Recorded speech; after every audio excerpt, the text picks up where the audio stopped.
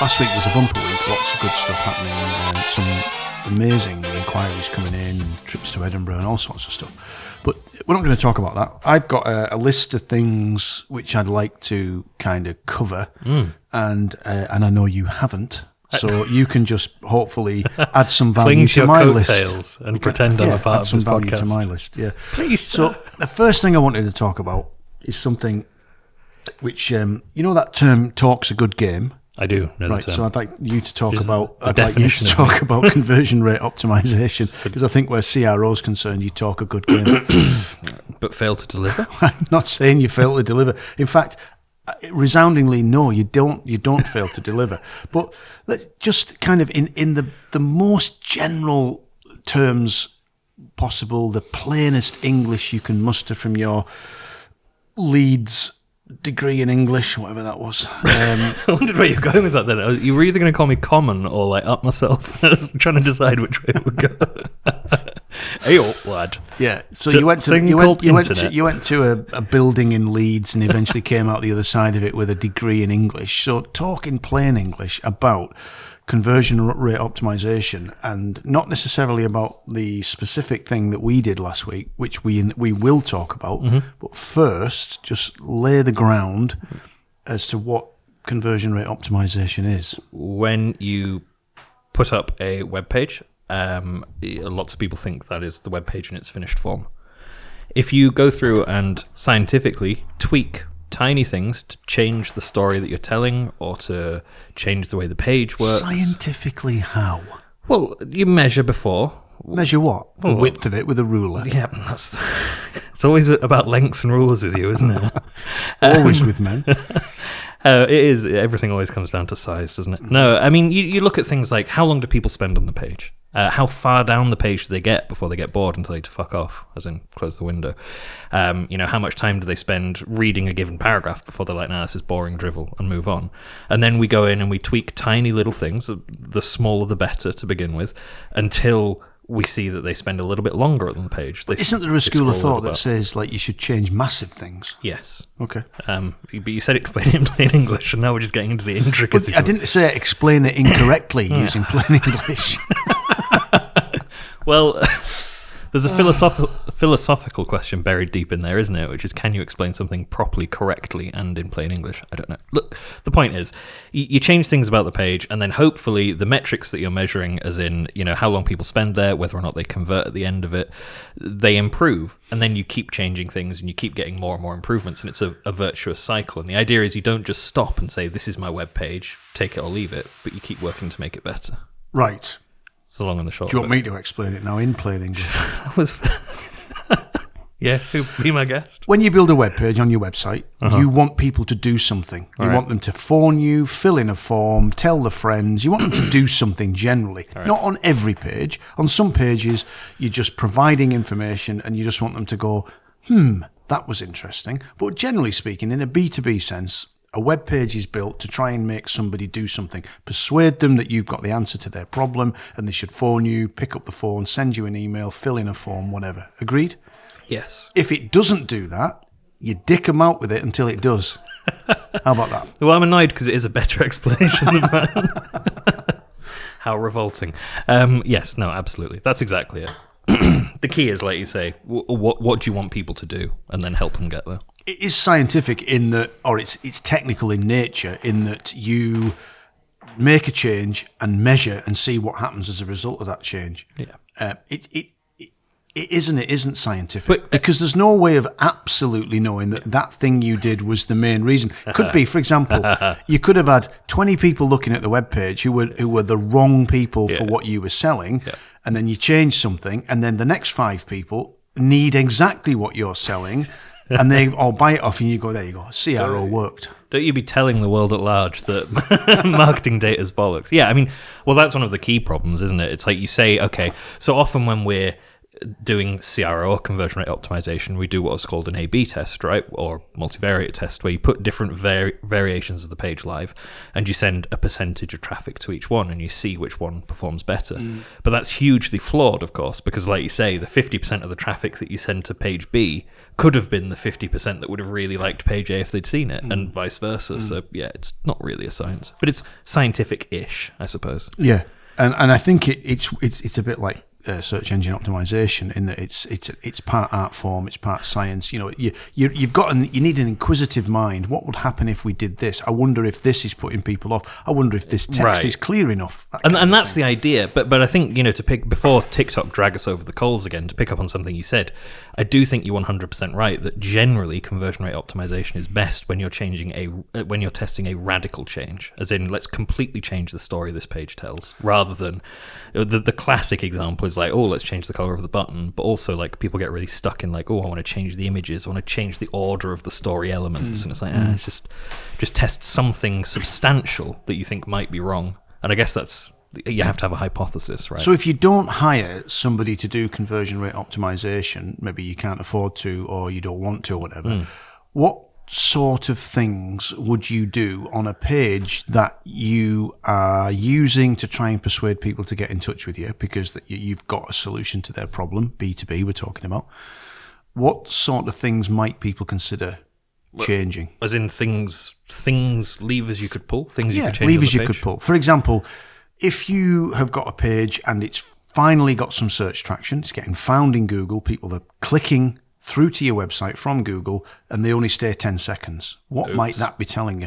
The first thing that is on the page, probably the heading or the title or a massive picture, isn't grabbing people's attention. 10 seconds is not very long, really. It's not just about grabbing their attention, though, is it? It's about what it says to them is, this isn't what I'm looking for. Yeah. I mean, because we all do that. We all go on Google search, click, bang, gone. I think that's like 90% of my internet searches end like that. It's like, can I very quickly get what I want from this page? No. So I'm gone. Yeah, I mentioned when I'm on TikTok, within not even a full second has passed, and I can tell that the video is like, nope, swipe. So it's really interesting that, though, isn't it? Because I remember there's that really famous stat that floats around where like people make a sort of what's the right word, subconscious decision whether or not to read your webpage in like less than a second. And I always thought, okay, you know, it's a stat, it's probably true, it's probably based on some research, but I always sort of thought in the back of my head that's kind of bullshit. But then when you start sort of like browsing reels and stuff, like I use YouTube Shorts a lot, it's amazing how fast you sort of condition yourself to be like, nope. Yeah. It's kind of Do you know amazing. One of the dead giveaways in video marketing? Well, yeah, it is video marketing because it's like the adverts on TikTok or the people on TikTok who are trying to flog me something. Now, you know, you might argue everyone on TikTok is trying to flog you something, but some people are just trying to be funny. They're just trying to make you laugh. Videos of people who are now dead, stuff like that, like, you know, old comedians and that sort of thing. You know, generally, if they are trying to sell me something, they fail because I haven't bought anything off TikTok, full stop. And what they do is, as the video comes on, they immediately start talking. There's no gap whatsoever between the video coming on. There's never kind of, you know, and then there's other ones where you get a sense that they're like, right, now I've got you. Right. And I'm like, fuck off, and I've gone. You know what I mean? It's like, you're getting that right balance. Between like, clearly try to sell me something because you're jumping straight away, and then thinking that I'm going to indulge you when I don't know you and probably don't want what you're selling anyway. Well, there's probably a marketing lesson in there from Tinder as well. I know as a boomer you won't be familiar. But as a boomer, no. Do you know what? I'm so jealous that, I mean, I've got a wonderful relationship and I'm very happy. But if Tinder had been around when I was like 20, 30, I think I'd have loved it because I was always really shy. I could never bring myself to speak to people. Well, you think you'd have loved it. Of the opposite sex, I mean. Until.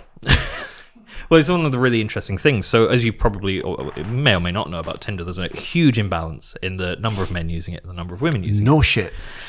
And lots and lots and lots of men never get any matches. So there are subreddits and forums on the internet. They're the incels? Not really. It's just sort of like, I think it's just the general population, man. Like there are like subreddits on Reddit, for example. Those are like little micro communities within Reddit that are dedicated to helping men finesse their picture so that it will strike the right color balance, the right pose, so that women won't just immediately swipe away. You pretend to be something they're not. Well, but sometimes what a great way to start a relationship. Pretend to be something you're not. But sometimes it's like, just don't be in a photo with two of your friends that are better looking than you, right? Or it's like, wear a different colored shirt or whatever. But I think it's amazing because, again, we're getting down to that thing with the human brain that's really good at recognizing very quickly whether or not something is something they want to engage with. And it's like, you know, we're sort of like trained almost now, especially like current generations to just immediately be kind of swiping away from things or clicking away. And I mean, I don't know about you, but I think that we get way more 10-second visits to our website than we would have done 10 years ago. I think in general, people's behavior is more sort of, I don't know, lazy. They want things quicker, I suppose. Not everything. Not everything. But when it coming steering the ship back to CRO, so without going into specifics, we were sending paid search. We weren't sending it to a landing page. We were sending it to a very specific page on our website. So it is kind of a landing page. It's not a dedicated landing page. It is a page that also gets organic traffic. And we actually first of all said, like, this isn't working, turn off the campaign, because the clicks were quite expensive. We were paying anything from 15 to 50 quid or whatever for a click. Yeah. And that won't surprise people who are in B2B listening to this, because that is the price. And so we just turned it off. We turned it off, we had a cup of tea, and we looked at the screen and we thought, well, think about the people who were sending to that page using a paid search. What are we not saying to them? So, and this is what I mean about helping people experiment with, CRO, but in actual fact, what they're really doing is like finessing, tweaking a web page so that it starts to get a better response from people. And so what we did is we changed the heading on that page, nothing else, because we were getting a lot of 10-second clicks. Yeah. And we had 3 solid inquiries in the 2 days following that change. We didn't just change a heading. We didn't even change a heading. What we actually did was insert one word. I think it was, more or less. It was one word. Yeah. But I think that, like, it's going to be tricky to articulate this in a way that doesn't make you roll your eyes at me. In my mind, CRO is sort of inseparable from just like web storytelling. And this is sort of exactly the kind of thing when people are like, oh, but how do I know what to change? Or you see people all the time on like LinkedIn, for example, talking about experiments they've run that just seem sort of completely pointless. Just like, oh, we tried exchanging all the passive language for active language, or, just something weird and nerdy and frankly not very useful. But really all it comes down to is the page that you're on now telling the right story? And there is only one story that will resonate with the people you're trying to reach, probably. There's one particular way of framing things that will be more effective than any other. And it's just, are you doing that yet? And like for ours, for example, I think that the heading without the word that we added just added a little bit of ambiguity that was making people uncomfortable. And as soon as you remove that ambiguity, people think, oh, okay, I can engage with this. It's going to tell me what I need to know. And then they'll spend 5-10 minutes on the page reading it in detail and then contacting us. Whereas before they were just like, I don't know if I'll get what I want from this. And I think 9 times out of 10, that's all you're really doing with CRO. You spend a lot of time working your way round to the point where you're just telling a slightly different story that resonates better. Yeah, slightly different story. And, Steve Krug's book, Don't Make Me Think. Yeah. Am I making people who land on this page think a bit too hard? Am I making it straightforward enough? What's on offer here and how we can help, kind of thing? No? Yes, absolutely. I just had a little epiphany. Go on. Well, there is another PPC account that I was working on this morning, and I was like, there's something about this just isn't quite working. And when you said don't make me think, then I realized that's exactly what we're doing, is we're advertising on a keyword and we're offering the service that's connected to that keyword, but we're not explicitly spelling out this is the product for this problem. And it's always just stuff like that, isn't it? Make it really simple for people. Absolutely. So just to wind this little piece up, if you're getting eyeballs on a web page and you're not getting conversions, inquiries, whatever you want to call it, as a result of that, and you're not, make sure you're not, because if you are, don't change it. Then thinking about some of the really simple things and not worrying too much about whether sorry, it was just my watch pinging at me. Not worrying too much about whether